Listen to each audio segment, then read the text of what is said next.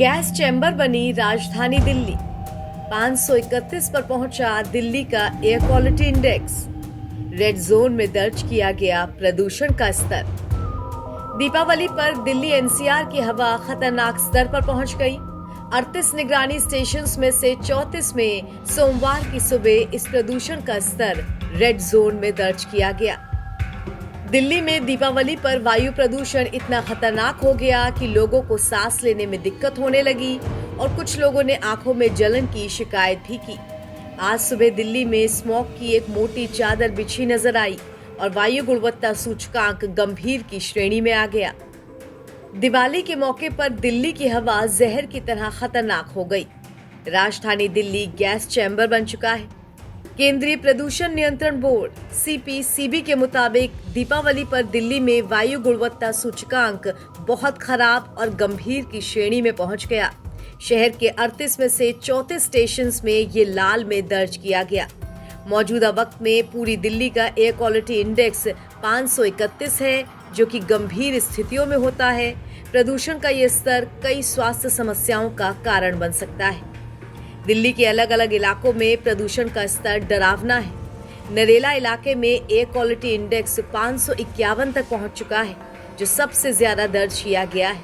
इसके अलावा अशोक विहार में वायु गुणवत्ता सूचकांक 453 पर पहुंचा।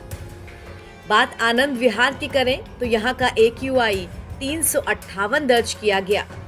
इसके अलावा ITO दिल्ली का एयर क्वालिटी इंडेक्स 347 दर्ज हुआ। राजधानी दिल्ली में ही लोधी रोड पर एयर क्वालिटी इंडेक्स 329 दर्ज किया गया और इंदिरा गांधी इंटरनेशनल एयरपोर्ट यानी IGT एयरपोर्ट के आसपास का एयर क्वालिटी इंडेक्स 313 पहुंच गया। उधर दिल्ली से सटे नोएडा में एयर क्वालिटी इंडेक्स 369 और साथ ही गाजियाबाद में 402 रहा, जो कि बहुत खराब की श्रेणी में आता है। ये डेटा बताता है कि NCR में हवा की गुणवत्ता कितनी तेजी से गिरी है।